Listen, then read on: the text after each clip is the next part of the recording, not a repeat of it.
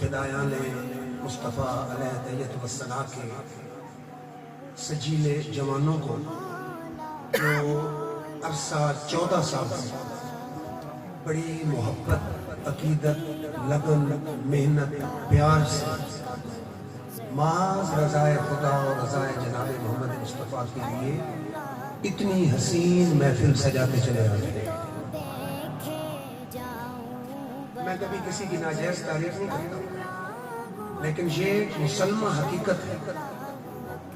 جس شہر میں آپ چلے جائیں، نوجوانوں کے گروپ در گروپ، کوئی گویہ بلا رہا ہے، کوئی کرکٹ میچ کرا رہا ہے، کوئی والی بال میچ بڑے اہتمام سے کرا رہا ہے۔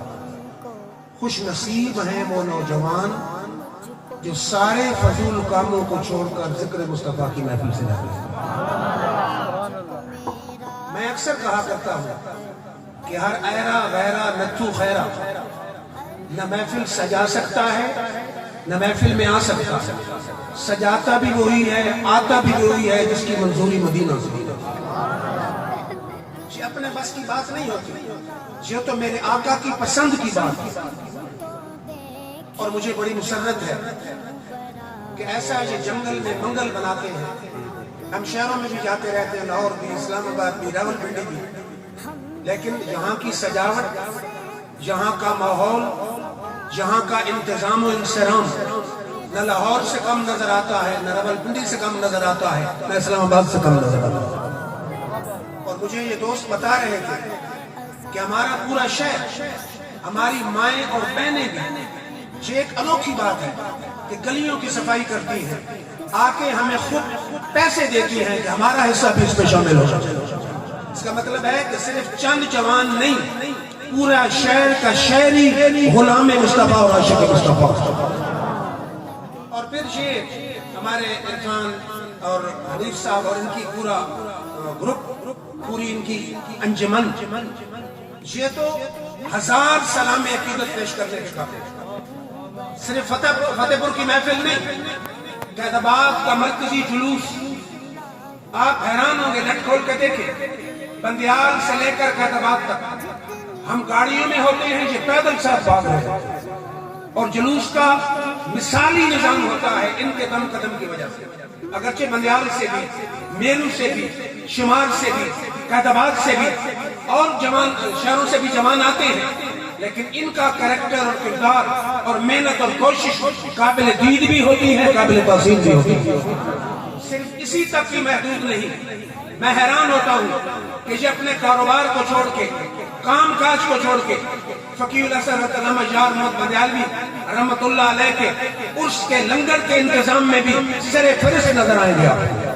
تو ایسے سجیلے جوانوں کو دیکھ کر انسان کا دل کہتا ہے کہ یا رسول اللہ، تیرے یہ پریشان حال دیوانے دوہرا سکتے ہیں اب بھی خالد و حیدر کے افسان۔ نعرے تکبیر، نعرے رسالت، آستانہ عالیہ بندیال شریف، تاجدار ختم نبوت زندہ باد۔ پھر ان محفلوں میں آنے والا میرا یہ ایمان گواہی دیتا ہے کہ اس کی بخشش بھی ہو جاتی ہے اور میرا رب ان گناہگاروں پہ فضل بھی فرما رہا ہے۔ ایسے نہیں ہے کہ بس محفل نعت میں آ گیا۔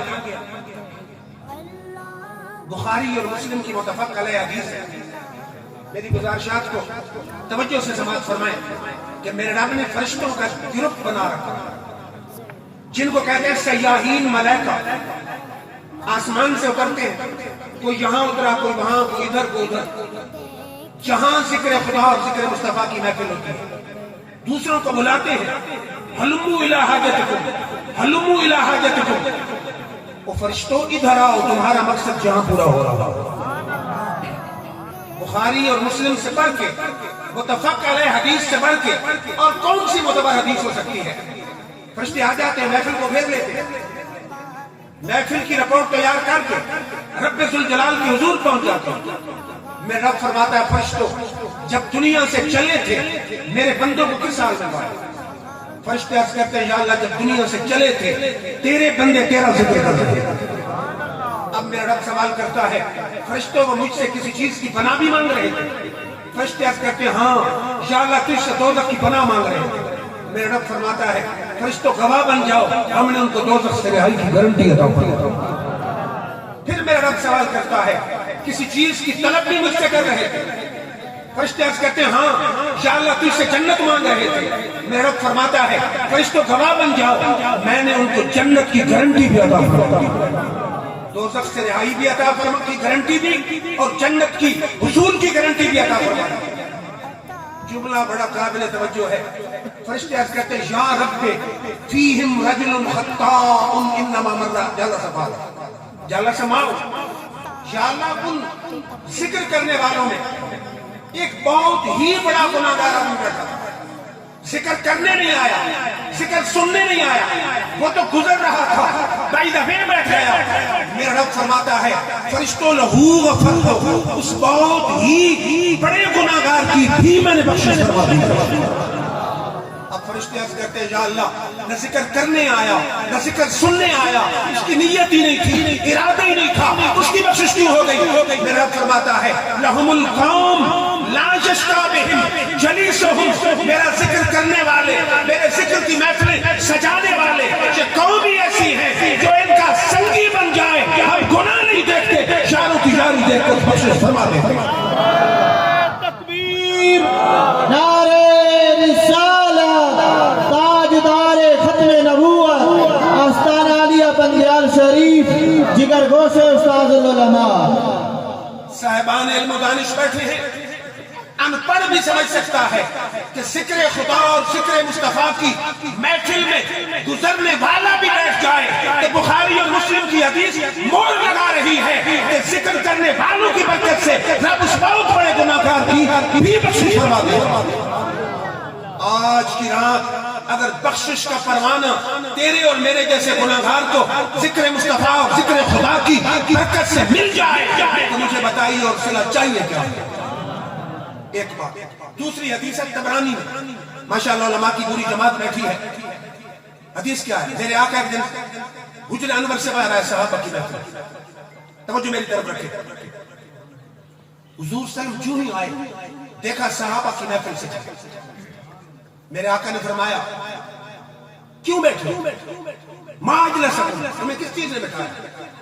کہتے ہیں نحمدہ ندعو اللہ ونحمدہ علی ما ہدانا لدیننا ومنّ علینا بک یا رسول اللہ صلی اللہ علیہ وسلم۔ یا رسول اللہ ہم اللہ کی حمد بیان کر رہے تھے کہ اس نے ہمیں اسلام نصیب فرمایا اور آپ جیسا رسول میسر دے کے فرمایا۔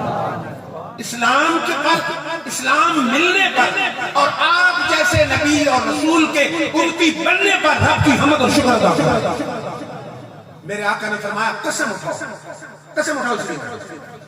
انہوں نے عرض کی حضور واللہ ما جلسنا الا لذالک، یا رسول اللہ اللہ کی قسم ہے ہم یہی بات کر رہے ہیں۔ اب میرے آقا کے دل میں خیال آیا کہ صحابہ کہیں گے ہم پر شک تھا۔ میرے آقا نے فرمایا لم استخلفکم تہمتن، میرے صحابہ کسی شک کی بنا پہ تم سے قسم نہیں اٹھوائی، بلکہ اس وجہ سے قسم اٹھوائی ہے کہ ابھی جبریل آیا ہے کہ آپ کے غلام جو محفل سجا کے بیٹھے ہیں رب لا مقام پہ ان پہ فخر فرما رہا ہے۔ تو میں جانچنا چاہتا تھا کہ تم عمل کون سے کر رہے ہو، کہ عمل فرش زمین پہ کر رہے ہو، خالق فخر لا مقام پہ فرما رہا ہے۔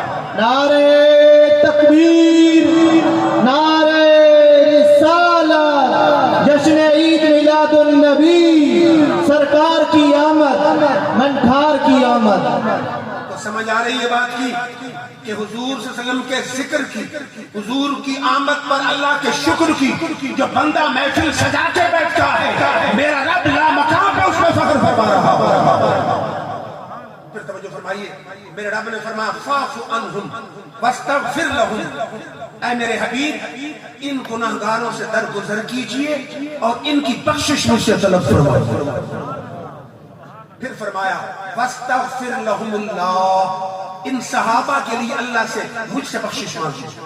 پھر فرمایا واستغفر لہن اللہ، ان صحابیات کے لیے مجھ سے بخشش مانگو۔ اب سارے ماشاءاللہ سمجھدار ہیں آپ، ولی مانگے تو کون دیتا ہے؟ اللہ۔ غوث مانگے تو کون دیتا ہے؟ اللہ. قطب مانگے تو کون دیتا ہے؟ اللہ.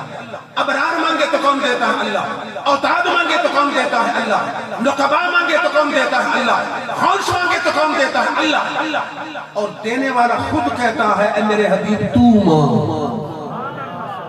فَمَا صَلِّ عَلَيْهِمْ فَإِنَّ صَلَاتَكَ سَكَنٌ لَهُمْ.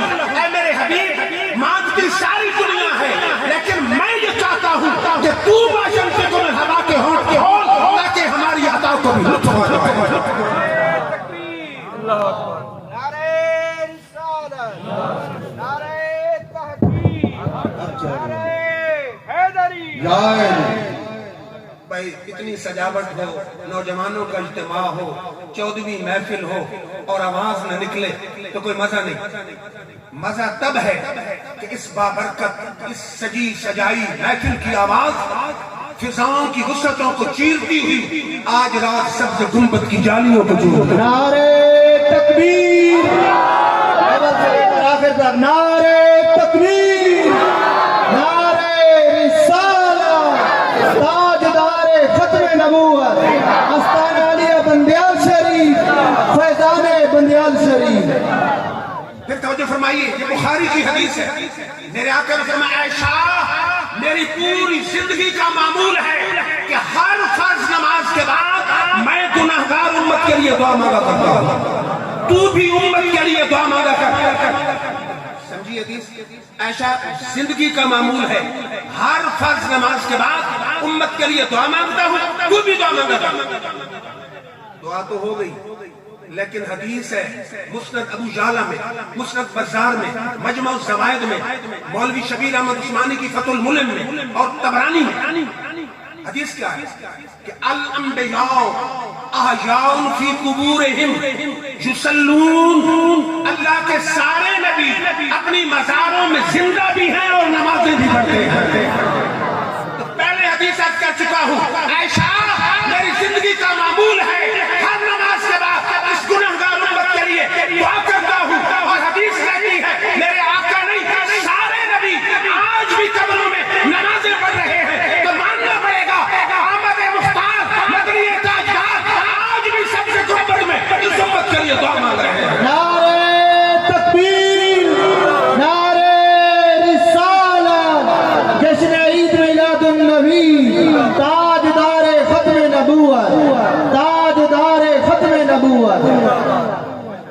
صرف دعا نہیں، ابو داؤد کی حدیث ہے میرے آقا نے فرمایا ما من احد یسلم علی الا رد اللہ علی روحی حتی رد علیہ السلام. فرماؤ میرے عاشقوں دنیا کے کسی کونے سے میرا کوئی عاشق سلام بھیجے میں سلام سنتا بھی ہوں اور سلام کا جواب بھی دیتا ہوں.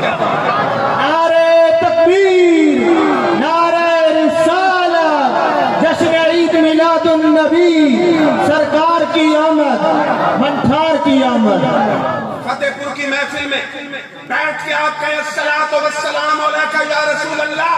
اللہ کی قسم حدیث گواہ ہے سبز گنبد میں میرے آقا سن کے کہیں گے وعلیکہ السلام یا امتی، امتی تجھ پر بھی میرا سلام ہو.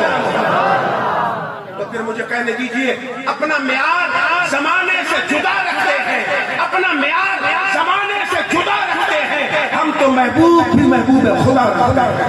ارے کسی سائل کو صدا دینے کی زحمت کیوں ہو، اپنا دروازہ وہ ہر وقت کھلا رکھتے ہیں. نعرے تکبیر، نعرے رسالت، جشن عید میلاد النبی، آستانہ علیہ بندیال شریف، جگر گوش استاد العلماء. پہلی حدیث سمجھیے. حدیث کیا ہے؟ حضور نے فرمایا میرا کوئی عاشق دنیا کے کسی کونے سے سلام بھیجے رب میری روح کو متوجہ کرتا ہے میں سلام کا جواب دیتا. دوسری حدیث ہے نسائی میں، سیاستہ میں 6 نمبر پر شامل حدیث کی کتاب نسائی. میرے آقا نے فرمایا ان للہ ملائکتہ سیاحین یبلغون من امتی السلام. فرمایا میرے رب نے سیاحین فرشتے مقرر کر رکھے ہیں جن کا کام ہی یہی ہے دنیا کے کسی کونے میں میرا کوئی عاشق سلام بھیجے، سلام لے کر میری بارگاہ میں حاضر ہو. اب